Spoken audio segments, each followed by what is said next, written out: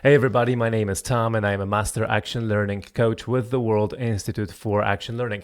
In this episode, we are talking about how to run engaging meetings. And I really want to step away from that cliche and generic advice about the fact that you have to invite the right people or set the goals of the meeting at the beginning, although that is important too. And I actually might record an episode on that in the future. But in this episode, I'm going to tell you 6 tips from my own practice and from how we do things in action learning so that you can take your meetings to the next level. Let's do it. Okay, tip number 1. If you want to engage people or if you want engagement from people, make sure you're talking about something that is engaging.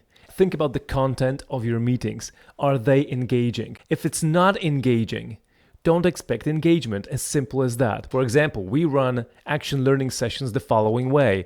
We never impose on people what the session will be about, what we will be discussing. It's not like a workshop or facilitation where the trainer or the facilitator will invite people to participate in some exercises or structures that will then develop some solutions. It's not like that. When I begin an action learning session, I ask people, what would you like to talk about today?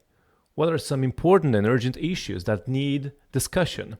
And they bring in issues that they feel are engaging and important. That's why action learning sessions are engaging, because they talk about something that they feel they want to engage in.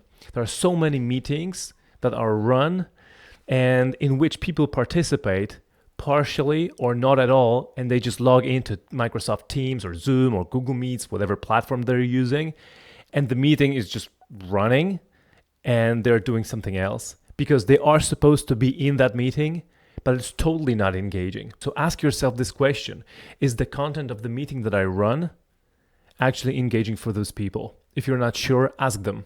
Pick up a phone, call them. Is this content engaging? Is the content of our previous meetings engaging?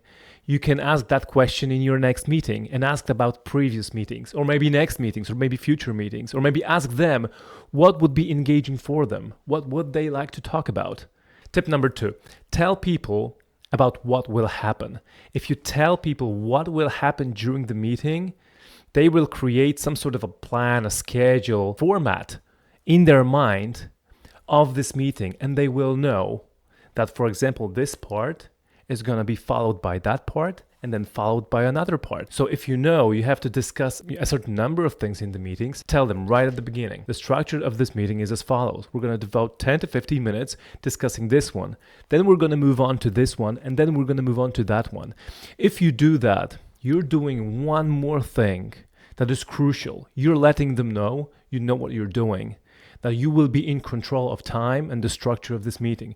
There is nothing worse than a team leader or like a facilitator that is allowing the discussion just to flow without any structure. People want structure. If there is no structure, they very quickly disengage because they feel like the discussion can last forever and is fruitless. So make sure that you, right from the beginning, tell them what will happen, how much time you have for the meeting, what parts of the meeting there will be, and what topics you will discuss. And you can actually let them know that you will be in control of time, and you will be letting them know when they will switch from one topic to another. Then they will get the idea that you are in control and you know what you're doing. Tip number 3, which is crucial in action learning: use a lot of questions. And this seems like very generic. Like somebody can say, well, that's no tip. Like, use questions is obvious when you run meetings. Not necessarily, or actually not necessarily in a way that I want to encourage you to use questions. So very often in meetings, the facilitator or the team leader really limits the meeting, or actually the use of questions in the meeting, to questions either from him or herself or from people in the meeting, from the participants of the meeting to the leader. So the questions go in 2 ways. You know it's not a perfect way to engage people because they just might not respond. They may be reluctant to respond. They might even skip the question if they are doing their email work and they're just logged into Teams with their camera off. So they might even not hear the question. In action learning, we have this ground rule that every statement must be made in response to question, or can be made in response to question. And a question can be asked of anyone by anyone at any time. You can ask a question of a particular person or of the entire group. It doesn't matter. But when you put a full stop period at the end of a statement, it has to be in a response to a question. So what happens when people use this, people engage each other. So they're not only waiting to be engaged from their leader, they're not waiting to activate themselves, but they can be engaged by somebody else in the team. The engagement happens in two ways, because when people do that, the person asking a question is engaging him or herself just through the act of asking a question and generating energy in the group. But asking the question of somebody in the group, not of the team leader only, makes other people engage, regardless of whether he or she is asking a question of a particular person or the entire group. So imagine you're running a meeting and somebody is asking a question, okay guys, so what options do we have? If we looked at this part of the problem, what would you say is the core problem here in this situation? A question like that can generate a lot of responses from people in the group. That's how people can engage each other. So this takes a burden of responsibility from you. The responsibility of making sure that people are engaged. As a team leader, as a manager, or as a facilitator, a trainer, whatever, you are not fully in control and you don't have full responsibility for people to be engaged because you're actually working with adult people. There is your part because you're leading the meeting, but there is also their part as participants to get engaged. What you can do, you don't have to install that ground rule that I just described. It would actually be difficult for you if you don't know how to do it properly, if you're not like an action learning coach trained properly. But what you can do is take breaks every now and again just from discussing like random discussion and making statements, and say, okay, let's pause for a second and let's ask a question. Let's write down a question that you can ask of anyone by anyone right now that can take our discussion further.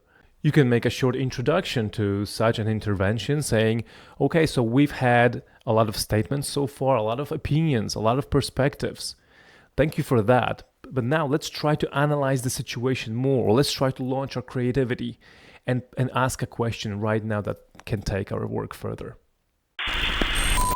Okay, before we move on, I have a quick request for you. We have now discussed 3 tips, and if you feel like this content is valuable for you and can be valuable for other people, please hit the like button. If you press the like button right now, it will substantially help this channel grow and show this content to other people. Also, please subscribe so you don't miss the next videos, and leave your thoughts in the comment section down below, either now or stay until the end of the video and do it later. If you leave your comments, you're giving presents with your thoughts, not only to me, but also to other people. Tip number 4 is linked to number 3, because tip number 4 is ask people to write things down. Just like I told you a second ago that you can ask people to write questions down, generally make people every now and again write things down. If you do that, you're doing a couple of things. Number 1, you're engaging everybody. Because the difference between asking a question and expecting an answer, and asking a question and asking people to write down their answers and then expecting them to say, is that when you just pose a question, who activates is usually those people who are extroverts and they have something to say, they want to say something, or they can't stand this discomfort of silence. Whereas when you make a pause, you ask a question and you say, okay, let's take 30 seconds. I'd like each of you to write down their answers, their ideas. Don't write full sentences, just note down the bullet points so that you can tell me what your ideas are in a minute. Let's take 30 seconds or 1 minute. Then everybody gets engaged. Everybody writes down. Number 2, what happens is that not only extroverts engage, but also people who are introverts, who need more time to analyze and to think and to reflect. They have that time and they can report their answers in a second. And something similar and yet opposite happens to extroverts. Extroverts are stopped and are slowed down And what we're saying in a way to extroverts is slow down and think. Don't tell me yet what you think and what your ideas are. Think about it, reflect on it, make your ideas more concise, maybe think deeper, and then tell me in a second. Tip number 5, take breaks to review the process. Reviewing the process means discussion, quick, brief discussion about how we're doing this, how we're discussing some issues in the meeting, how we're running the meeting, and how we're participating in the meeting. And not only talking about the what of the meeting and the problems and the issues that are actually the content of the meeting. So what happens when you take a break, you pause for a second, what you can say is, okay, let's pause for a moment. We've been working for about 15 and 20 minutes. Let's take 2 or 3 minutes to talk about how we're discussing things now so that we can improve it for the next 20 minutes of our meetings. And we have the 2 fundamental questions in action learning. What we ask the team is, what are we doing well right now and how we can do things better? What can we do better to run this meeting in a more effective way? So if you do that, the answers that you will get probably when you ask, what are we doing well? People say, we listen to each other, we don't interrupt each other, we're analyzing the issues, and we have some perspectives. But what can we do better? People say, well, maybe some people who have not been engaged so far can become more active. Maybe we can build on each other's statements and questions more. Maybe we can talk about this or that, and we can explore these things so that we can generate more responses or more creative ideas.